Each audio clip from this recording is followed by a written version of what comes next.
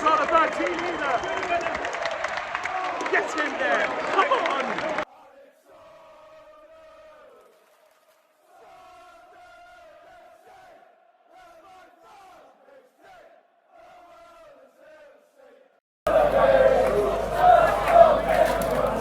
Just listen to them.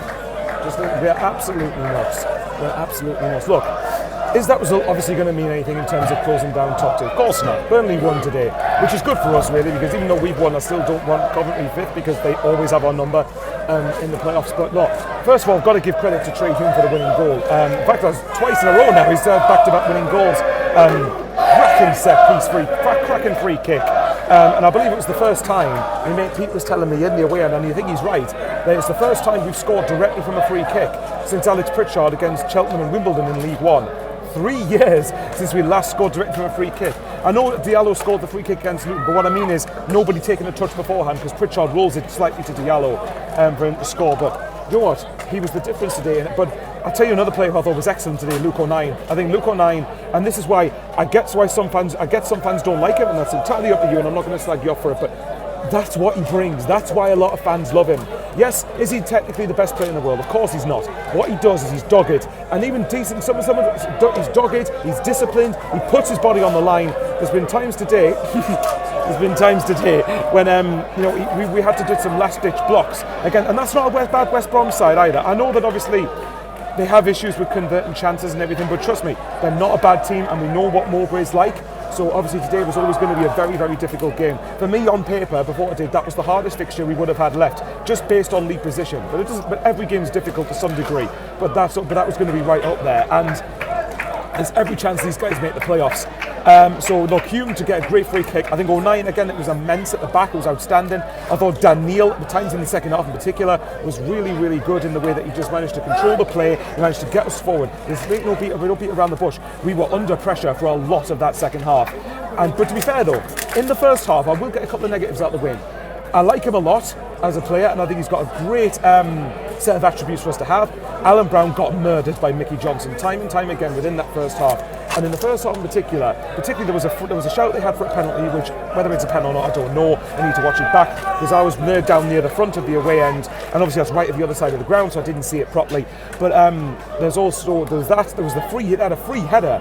I think it might have been Grant or what's it called? I can't remember who it is. Deangra, I think it is. I'm terrible with pronunciations, but they missed a free header in the first half. And West Brom, I can see what the lad on the What the Folk card, there we go, I mentioned What the Folk again.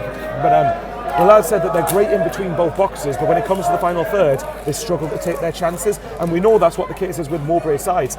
So first half I thought we were quite lucky to be ahead. But I will stress, that's the type of performance I see Sheffield United put in, apart from when they played Coventry repeatedly, and yet they're top of the league. So it's, and we're at the stage now where I think it's about results first, performances second.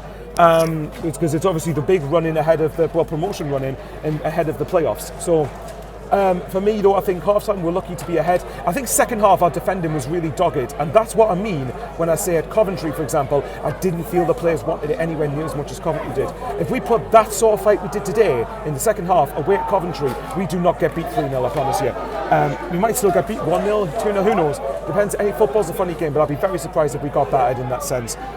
But look, second half we were very, very dogged, and we had to show a different side to our game that a lot of teams, when playing against West Brom, are going to have to show. And one of the big things, remember, the top four, none of them beat West Brom at all. And look, this doesn't mean anything. West Brom could beat us West Brom could come against us in the playoffs and get to the final. We don't know yet what happens, but as far as the regular 46-game season goes, Sheffield United drew twice against them, Burnley drew twice against them, Leeds drew twice against them. They are not a bad team at all.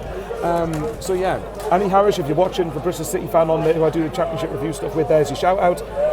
Great that we've done you a favour. But obviously at the time of speaking, Bristol City haven't played yet against Watford, but no, fantastic win. It was Hume was the difference in a dogged display, but there were warriors at times out there at the back today, and I think that's what I mean. This is what I mean when I say, as much as I think we let too many balls come into the box for my liking, at the same time, when you're under the cosh, when you're not at your best, when you're not free-flowing as much going forward, clean sheets make a difference. This is what I'm on about. Games like today and last week to a degree is what I'm on about. And look, apart from Alan Brown, I don't think anyone particularly had a bad game. I even thought Yelder was pretty decent when he came on. So look, oh my God, my voice is absolutely dead. So look, But I was really impressed with how much we fought in the second half.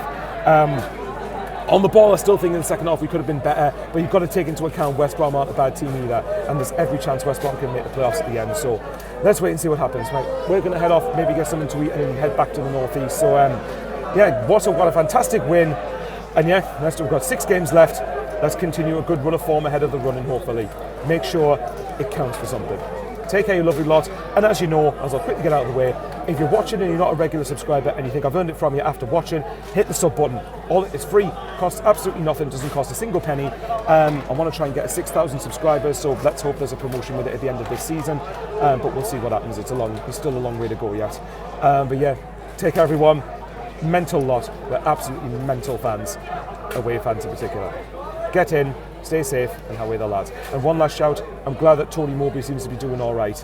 The things are more important than football, but I'm glad that he's recovering.